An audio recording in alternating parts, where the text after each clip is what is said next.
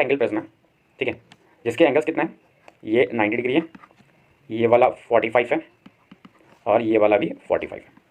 अब हमारे पास यहाँ पे एक ऑब्जेक्ट गिवन है। अब कह रहा है कि इस प्रिज्म के थ्रू जो इसकी इमेज बनेगी वो इमेज कहाँ बनेगी और कैसे बनेगी। ठीक है, तो देखिए इसके रूल्स क्या हैं।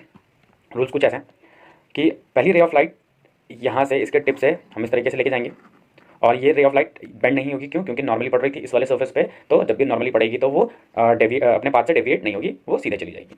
अब मैं अगर इसके एंगल्स मार्क कर लूँ तो ये 45 था, ये 90 है, ये वाला बचा हुआ एंगल भी कितना हो गया 45। अब इस वाले सर्फेस पे मैं नॉर्मल ड्रॉ करता हूँ, ये हमने नॉर्मल ड्रॉ कर दिया। अब देखो क्या होगा, ये नॉर्मल 90 डिग्री का एंगल बनाता है, 45 तो ये हो गया, ये वाला एंगल भी कितना हो जाएगा 45। अब देखो क्या हो रहा है, रे ऑफ लाइट रेयरर से डेंसर मीडियम में आ रही है और यहाँ पे 45 डिग्री का इंसिडेंट एंगल है जो कि क्रिटिकल एंगल से ज़्यादा है। क्रिटिकल एंगल ग्लास के लिए होता है 42 डिग्री, 42 डिग्री से ज़्यादा है तो क्या होगा, टोटल इंटरनल रिफ्लेक्शन होगा। अब टोटल इंटरनल रिफ्लेक्शन होगा तो जो ये रे ऑफ लाइट है ये इसी मीडियम में रिफ्लेक्ट हो जाएगी, ये इसी मीडियम में रिफ्लेक्ट हो जाएगी।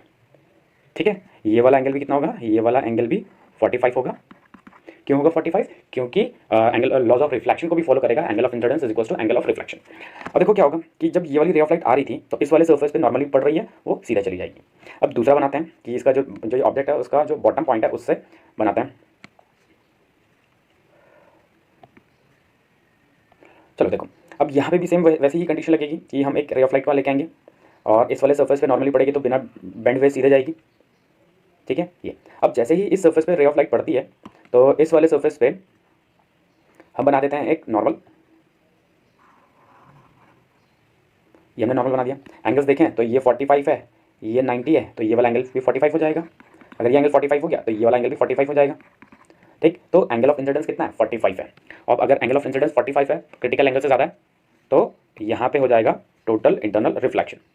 ठीक है, क्या होगा, टोटल इंटरनल रिफ्लेक्शन होगा और ये ray of light same medium में आ जाएगी और जो ये दूसरा सर्फेस है जब ये दूसरे सर्फेस पे पड़ेगी तो 90 डिग्री पे पड़ेगी और वो बिना बेंड पे सीधे चली जाएगी।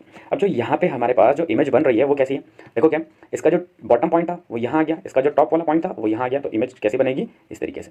अगर मैं इसका नेमिंग कर दूँ कि अगर ये ए बी है तो इमेज कैसी बनेगी, ए डैश बी डैश।